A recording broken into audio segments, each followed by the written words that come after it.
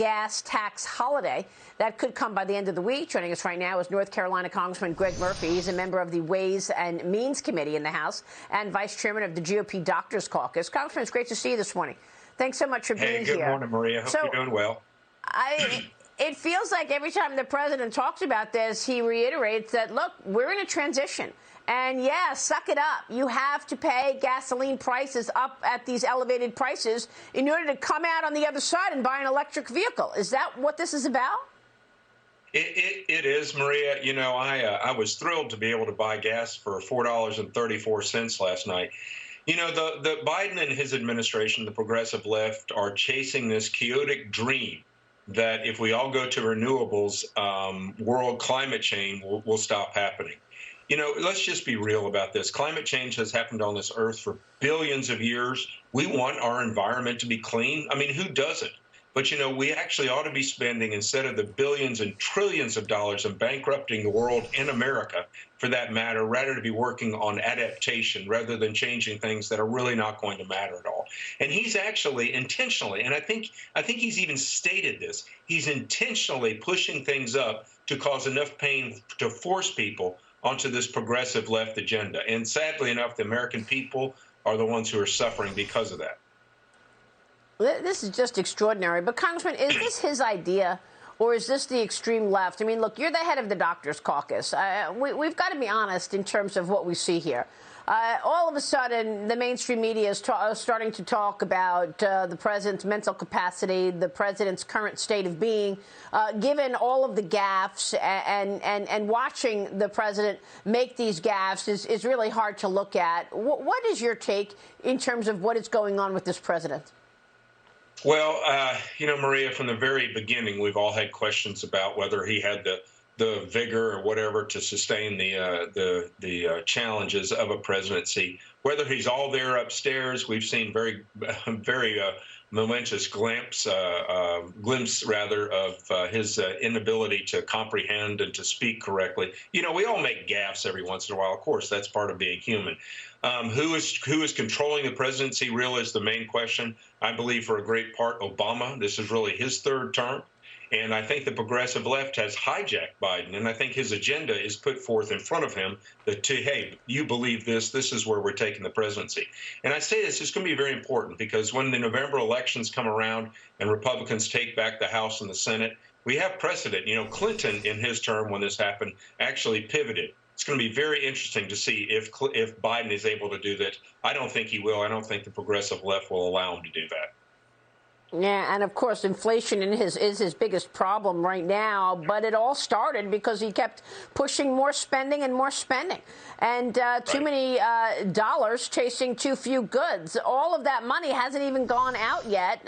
One of your colleagues told me the other day that some states have gotten hundreds of billions of dollars, and that money hasn't been appropriated yet. So should we expect that inflation worsens from here? I think it does. And this fantasy that we're not going to go in a recession is absolutely absurd. Secretary Yellen said that. Biden has said that. You know, guys, when prices are so high and consistently high, people have to choose between gas, food, and other disposable items. Well, the disposable items are going to go out the window. They're not going to purchase this. So we will be going into a recession. I'm not an economist. It doesn't take an economist degree to see that. But this inflation is not going to go away anytime soon. And so that's what we're going to face. And then there's the wide open border, arguably really a dereliction of duty to ignore all of these drugs coming into the country, in particular fentanyl. There is a new bill to decriminalize fentanyl test strips.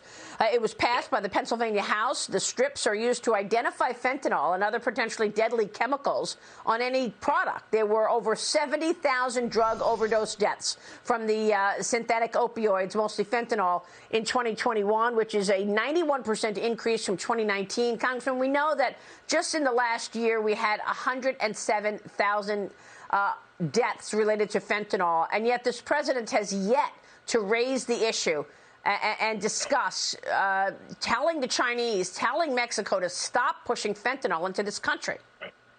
Yeah. Yeah, and Biden has shown his weakness on the international stage. People don't really fear him at all. You know, if you look at this is a supply and demand problem. Demand was increased because of forced lockdowns, keeping people away from their family, friends. leading to depression and then substance abuse. But if you look at also at supply, we know that there's so much supply of fentanyl coming across our border that the price on the street has dropped 50%, and that's in the face of increasing demand. So, you know, any tools that we have to try to stop these overdose deaths really are welcomed. Yeah, and then I want to ask you about China, because, Congressman, you're drafting a bill right now looking at large university endowments, trying to pressure them to divest Chinese companies. Tell me about this. This is an important topic because all of the university endowments seem to think that that's where the growth in the world is, to invest in these Chinese companies that may very well be tied to the CCP's defense mechanism, that they'll turn around and fight America, should they have to, as the Chinese Communist Party tries to overtake the United States as the #1 superpower. Are these companies that university endowments investing in, are they already sanctioned?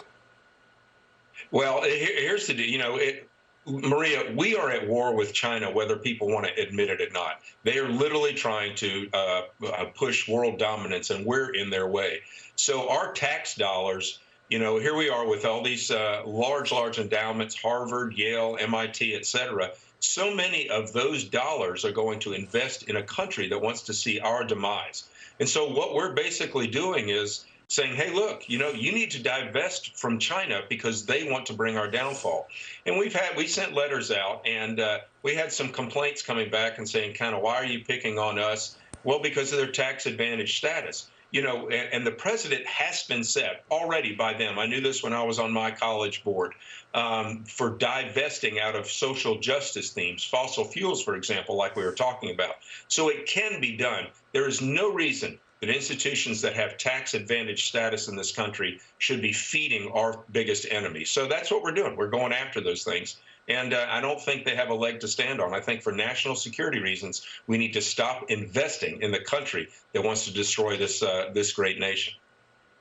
Well, then why is there an open window for the federal thrift fund? I mean, Congressman, let's face it. The federal thrift fund is the 401k for government employees, including the military.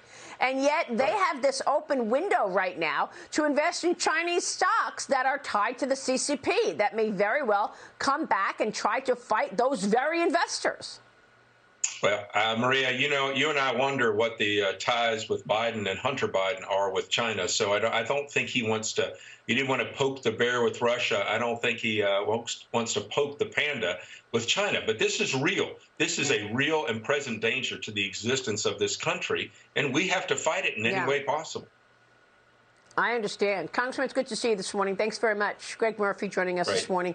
We'll keep following that. We appreciate you. Thank you, sir. We'll be right back. Stay with us. Have a great day.